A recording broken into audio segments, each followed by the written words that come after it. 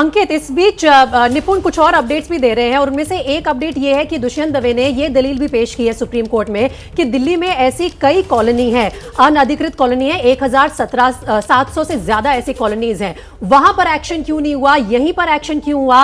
और कहीं ना कहीं दुष्यंत दवे इसे हनुमान जयंती पर हुए दंगे को लेकर जोड़ रहे हैं और कह रहे हैं कि उसी वजह से एक समुदाय को टारगेट किया जा रहा है। यही दलील आगे बढ़ रही है।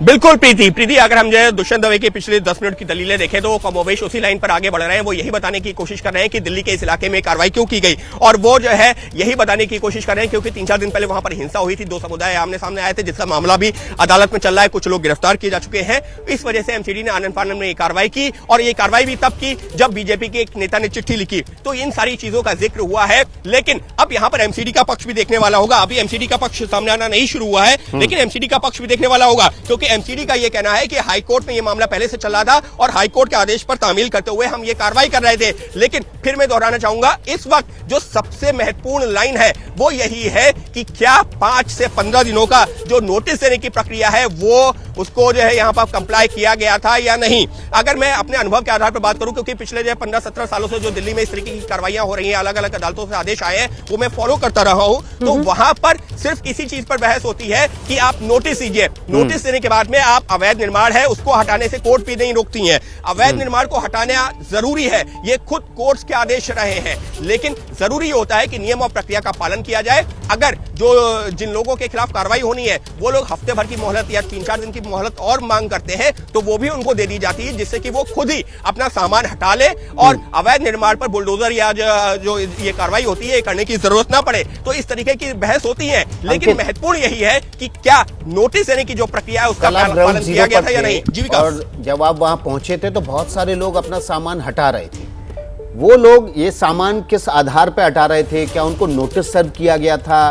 क्या वहां पर जो पुलिसकर्मी मौजूद थे उन्होंने इन्फॉर्म किया था? विकास, जब हम लोग वहां पर मौजूद थे, इस वक्त भी हमारे कई सहयोगी वहां पर मौजूद हैं, हम सब लोग वहां पर लगातार यही बात कर रहे थे। मैं, शिरीन, जिया, मनोज, दीपक और हम निवेदिता, हम कई लोग वहां पर मौजूद थे। तो वहां पर हम सब लोगों ने यही बात की कि क्या आप लोगों को इसकी जानकारी थी? तो लोगों का ये कहना था कि जी नहीं, हमको जो कोई नोटिस ही नहीं दिया गया, हमको बताते तो हम खुद हटा लेते। अब यहाँ पर एमसीडी का पक्ष देखने वाला होगा। इस सबके बीच में नई दलीलें सामने आ गई हैं, नई दलीलें दुष्यंत दवे की। दुष्यंत दवे कह रहे हैं कि 30 साल से ज्यादा पुराने निर्माण को अचानक गिराना शुरू कर दिया गया।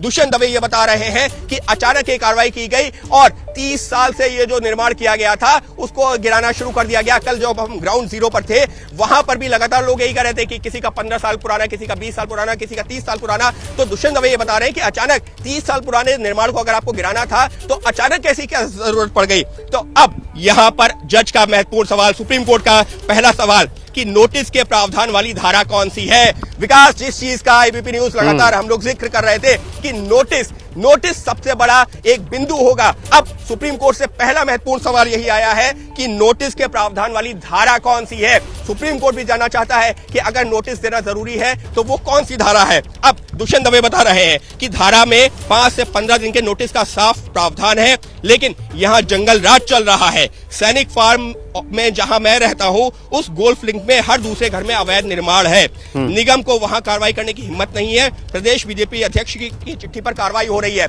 अब दुष्यंत दवे क्या बता रहे हैं कि जो धाराएं हैं उसमें 5 से 15 दिन नोटिस का जो प्रावधान किया गया है, और अब वो दिल्ली के अलग अलग इलाकों का जिक्र कर रहे हैं। वो कह रहे हैं कि जहां पर सैनिक फार्म में मैं रहता हूं वहां पर भी बड़े पैमाने पर अवैध निर्माण किया गया है, लेकिन वहां कार्रवाई नहीं होती। ये कार्रवाई क्यों की गई? क्योंकि बीजेपी के दिल्ली प्रदेश के अध्यक्ष आदेश गुप्ता ने चिट्ठी लिखी थी एमसीडी के मेयर को और उत्तरी दिल्ली नगर निगम के मेयर को, और वहां पर उन्होंने सिर्फ उस चिट्ठी का पालन करते हुए ये कार्रवाई कर दी।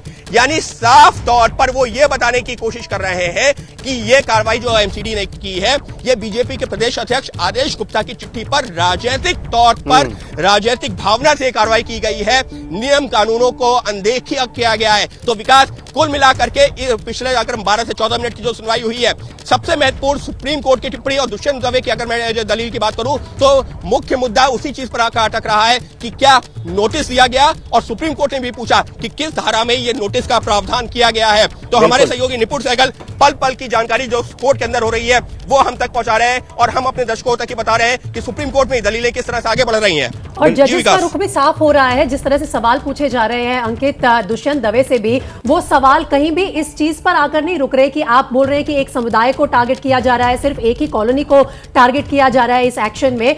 जजेस के सवाल भी साफ है कि आप ये बताइए कि इस धारा में कितने दिन का नोटिस देने का प्रावधान होता है और वो नोटिस दिया गया या नहीं। इस बीच क्या एमसीडी की तरफ से अभी भी कोई दलील सामने आई है अंकित? क्या उसके रिलेटेड कोई अपडेट है? क्योंकि कहा यह जा रहा था कि नॉर्थ एमसीडी ने जो स्टेटमेंट रिलीज की है उसमें यह बताया है कि इससे पहले जब उन्होंने 11 अप्रैल को ऐसी एक कार्रवाई की थी तो उनकी तारीफ हुई थी और उसको भी कहीं ना कहीं एक दलील देकर पेश कर सकती है नॉर्थ एमसीडी की उन्होंने जहांगीरपुरी में क्यों कार्रवाई की है। बिल्कुल बिल्कुल वो दलीलें दी जाएंगी, लेकिन अभी तक एमसीडी के वकील ने अपनी दलील रखना शुरू नहीं किया है और समझा भी जाता है क्योंकि जब कोर्ट के एक बहस चलनी शुरू होती है तो सबसे पहले जो याचिकाकर्ता होता है वो अपनी ये शिकायत कोर्ट के सामने रखता है या अपनी मांग को लेकर के कोर्ट के सामने आता है। वो ये बताता है कि वो कोर्ट के सामने क्यों आया। यहाँ पर जो याचिकाकर्ता के वकील है दुष्यंत दवे, वो जो है कोर्ट के सामने अब इस वक्त अपनी बातें रख रहे हैं। एबीपी न्यूज आपको रखे आगे।